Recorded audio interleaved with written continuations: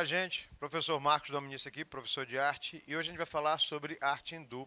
E eu vou ser sincero a vocês, é um assunto da qual eu conhecia pouco, né? Já tinha interesse, mas agora me apaixonei bastante. Para começar a aula sobre arte hindu, eu vou ler um texto que eu separei que descreve literalmente todo o conceito da arte hindu.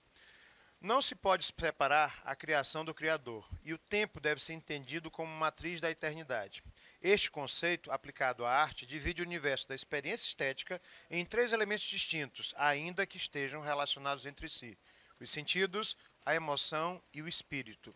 Isso deixa claro exatamente o que a arte hindu é. Ela não é simplesmente uma manifestação estética, ela tem a ver com o que eu sinto, o que eu acredito espiritualmente e como eu me relaciono com o meio. Vocês entenderam como isso, cosmologicamente, tem um valor? Eu até me arrepio. Vou ser sincero, eu estou arrepiado quando eu falo isso. Por quê? Porque a gente trabalha num conceito completamente diferente da arte ocidental. Deixar claro que a arte hindu ela também é chamada de arte indiana. Pois é, professor. Professor, não teve uma novela aí numa emissora que trabalhou. Na hora que a gente começa a absorver esses conceitos e não tem noção, né, tudo parece meio estranho. Por quê? Porque você está falando de um país, de uma civilização, a Índia, né, que a Idade Média, a Idade da Pedra, né, a Idade Moderna é um país só, é uma civilização só. Ou seja, o que eu vou fazer em 20 minutos aqui é dar uma pincelada rápida e instigar vocês a conhecer mais sobre uma coisa que eu me apaixonei em reconhecer. Conjunto de obras artísticas e arquitetônicas do subcontinente indiano desde o terceiro milênio antes de Cristo. Vocês têm noção de 3.000 anos antes de Cristo até os dias de hoje. Não dá. É humanamente impossível falar sobre mais de 6.000 anos de existência, 5.000 anos de existência de arte em 20 minutos. Então a gente vai dar uma pincelada e instigar vocês a esse mundo novo e maravilhoso. No Ocidente pode parecer à primeira vista que é exagerado. E a gente olha a arte indiana ou a arte hindu e diz assim, tudo muito pomposo, tudo muito bonito, exagerado, mas existe um conceito, e aí é que entra a riqueza do valor cultural que a Índia, né, e a arte hindu têm sobre o contexto geral. Relacionados com a interação entre os seres existentes e o universo como um todo. Lembra que eu havia falado para vocês? A arte indiana, a arte hindu, ela é muito opulenta, muito gigantesca. Mas o conceito é eu vou ser bem sincero. Quando eu separei essa imagem do templo de Meenakshi, em Madurai, na Índia, eu parei assim e fiquei olhando e disse, nossa, como é que eles construíram isso? Como é que eles pintaram cada trecho? Então, eu sou muito dessa coisa do, meu Deus, mas como é que isso foi feito mesmo? Para imaginar, só para ter uma noção, gente, aqui, bem aqui nesse pontinho aqui, seria o tamanho de uma pessoa. Para você ter uma noção. Metade dessa área aqui é o tamanho de uma pessoa. Você tem noção da grandiosidade que é isso aqui? E outra, diferente do Ocidente, na região do Oriente, ninguém destrói as coisas. Tipo assim, aqui no Ocidente a gente tem um local cheio de árvore. Tira as árvores todinhas, constrói um prédio, depois coloca as árvores novamente. Eu nunca entendi essa logística. Lá no Oriente, não. De maneira geral, todas as civilizações orientais, eles vão adequando as construções, a arquitetura, ao ambiente. É uma vibe completamente diferente.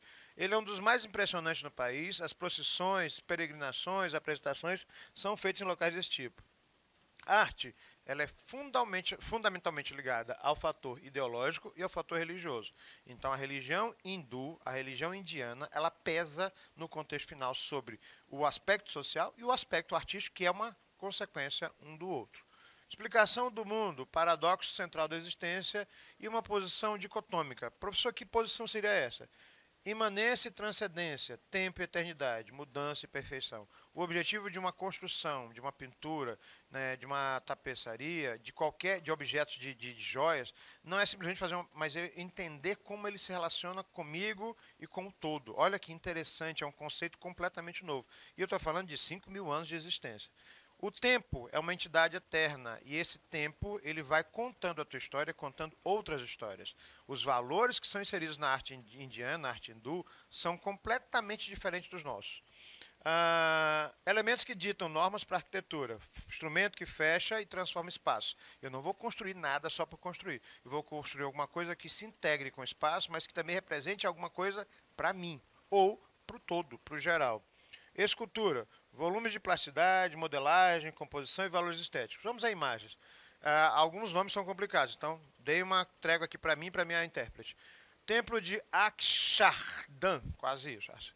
Né? Mais ou menos 300 milhões de horas de construção. 300 milhões de horas. Eu gosto desses valores, a gente vai ter a noção do grandioso. Arenito, rosa em torres de mármore Carrara e assim por diante. Ele contém mais de 200 murtis, objetos que representam divindades. Isso aqui está espalhado numa construção que é gigantesca. Aliás, na arte hindu, dificilmente uma coisa é pequenininha, tudo é no superlativo. Esse complexo simbolismo transforma a carnalidade de um corpo feminino em um mistério perene de sexo e criatividade. Mistura sensualidade e essa vontade do desejo sexual muito grande. Né? E há uma força muito grande quando você começa a pensar que a contemplação estética, aquilo que é belo, é um valor espiritual. É, como que eu disse a vocês, os conceitos deles são completamente diferentes dos nossos. Gente, eu vou dar só uma prévia do templo de Sri Lakshmi. Não vou passar vergonha. Ele tem folhas de cobre coberto com folhas de ouro. Vocês têm noção? Né? Não dá para construir isso aqui em alguns bairros de São Luís, vai ficar complicado.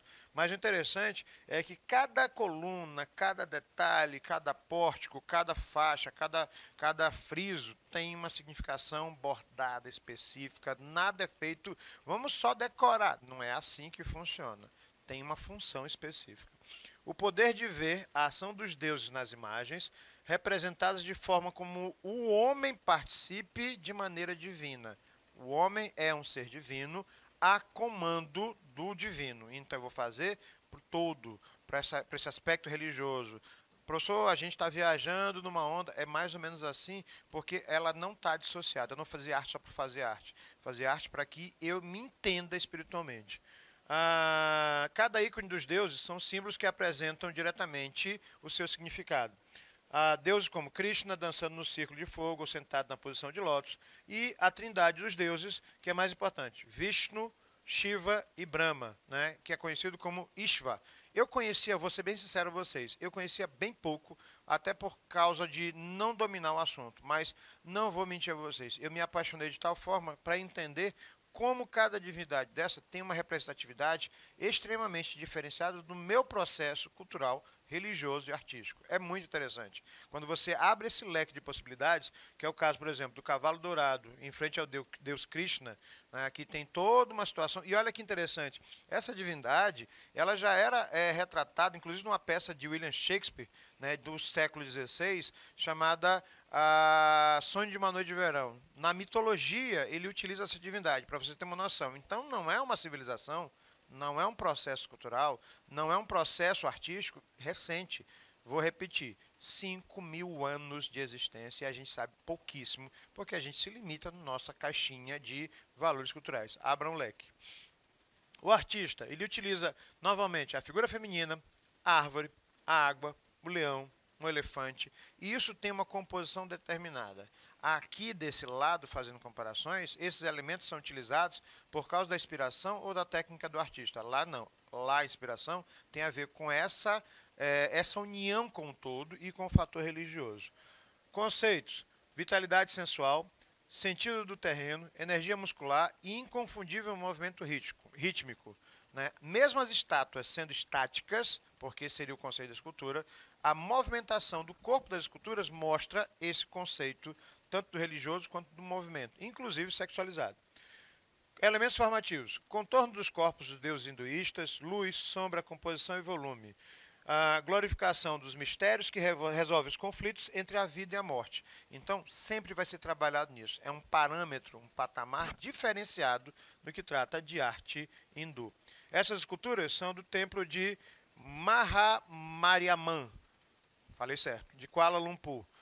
Professor, é tudo muito colorido, tudo muito dourado. Gente, o objetivo é justamente causar esse efeito estético agradável, exagerado. E olha que interessante, apesar da quantidade, é extremamente equilibrado. Então, a arte hindu ou arte indiana, né, ela trabalha com os conceitos religiosos do budismo e do hinduísmo e vai se espalhando para uma série de países do Oriente. China, Japão, Birmânia, Tailândia, Camboja, Java e, obviamente, a Índia.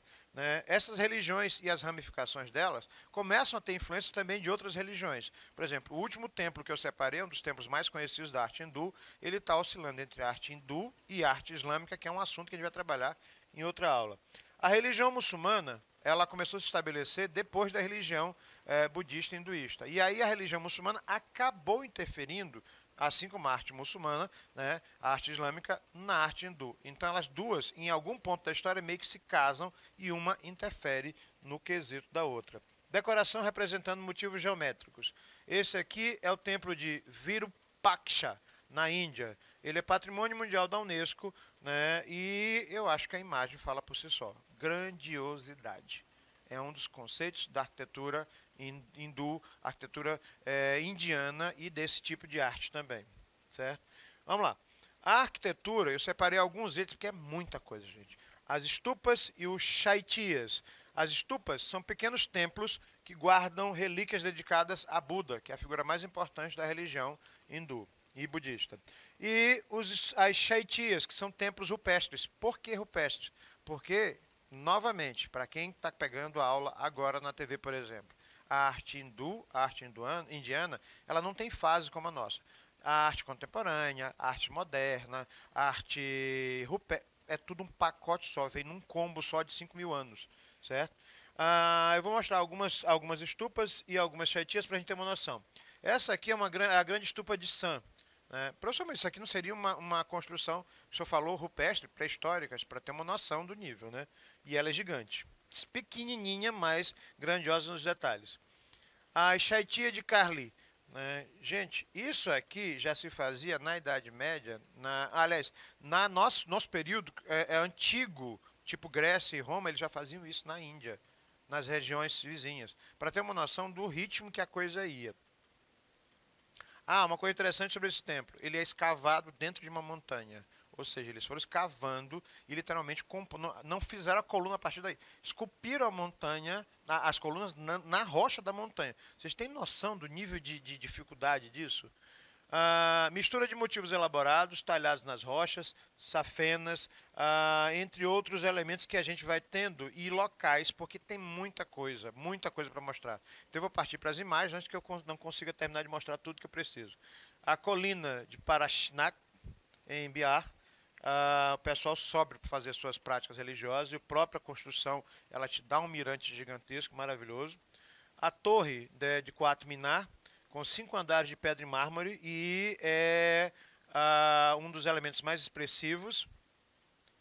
E aí a arquitetura indiana, ela vai passando por trechos. E essa parte de transposição, ela vai mostrando quais são as construções mais expressivas. Levar em consideração que aqui no nosso Ocidente, a gente tem uma força muito grande das igrejas, porque a nossa arte medieval é voltada ao cristianismo. Já a arte medieval deles tem a ver com invasões bárbaras, tem a ver com processos religiosos de transição entre o budismo, o hinduísmo e o islamismo, entre outras coisas. E as construções vão se adequando a esse processo todo. Esse aqui é o Taj Mahal em Agra. O interessante sobre o Taj Mahal é que ele é um templo hindu de arte indiana, construído como arte indiana, mas a prática atual é de arte islâmica.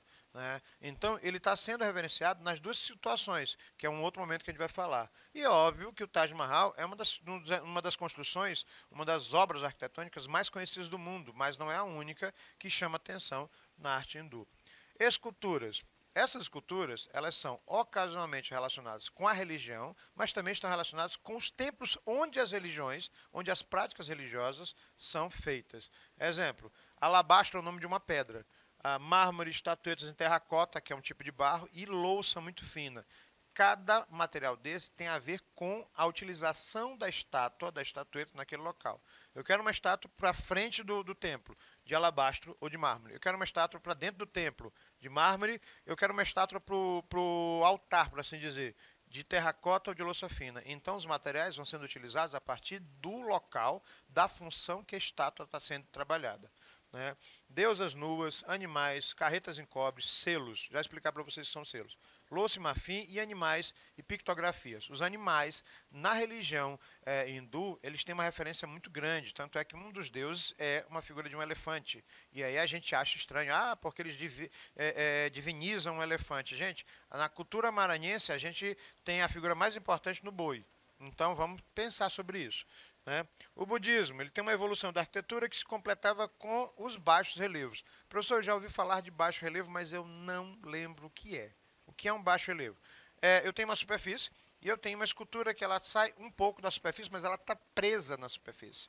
Então, isso é um baixo relevo. Certo? Se fosse um alto relevo, ela estaria presa na superfície, mas ela estaria praticamente com um volume muito grande. Então, esses altos baixos relevos, eles são pequenos volumes, como se fossem esculpidos, normalmente em pedra.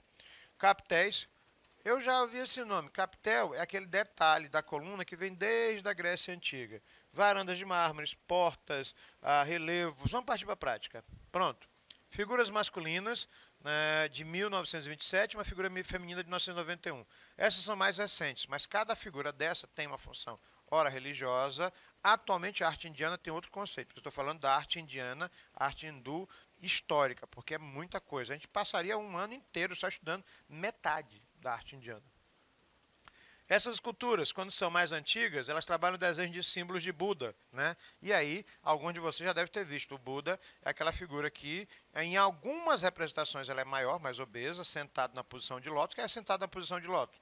A perna dobrada, né, com a coluna reta. E em algumas esculturas ele é mais magro. Então, há um processo histórico aí da representação. Mas o Buda seria a figura mais importante.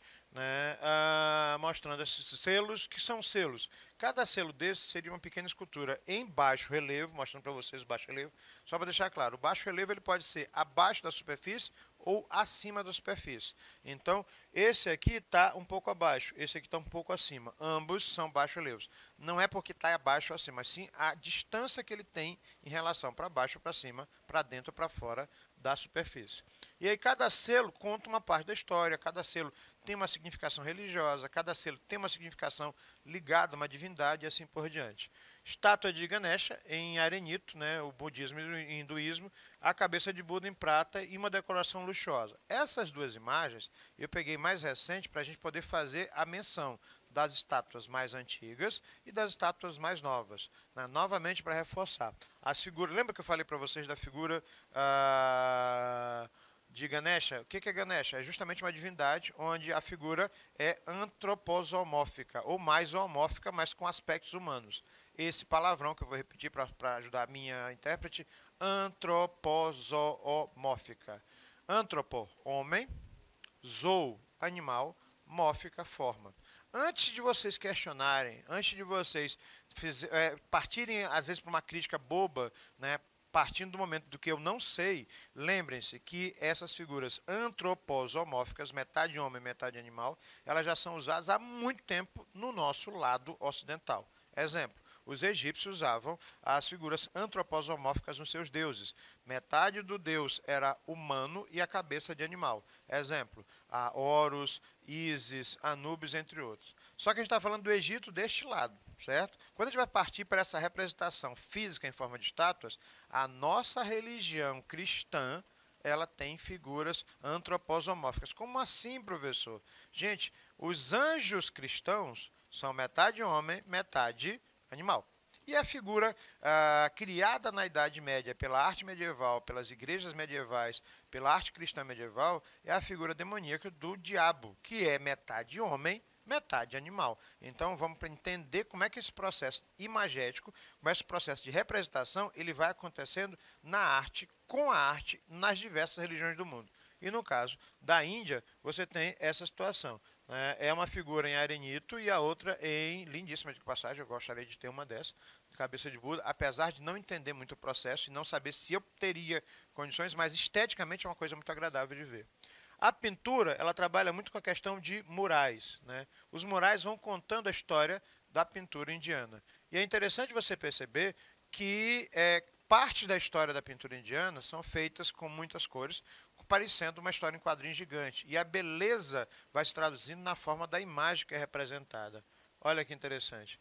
Pintura indiana de Rajput, perdão, e uma das partes mais lindas. Gente, o que é a joalheria hindu e a ourivesaria, né? É interessante você perceber que alguns filmes que vocês assistem, algumas novelas trabalham muito isso. Não sei se algum de vocês sabe, o cinema indiano ele tem atualmente o codinome de Bollywood, que são filmes exagerados, são filmes gigantescos, musicais, com um conceito completamente deles. E aí eu vou deixar vocês para pesquisarem mais e eu vou deixar com vocês com a imagem das joias, que são lindíssimas. Professor Marcos Dominício, professor de arte. Arte hindu, pesquisem. Um abraço.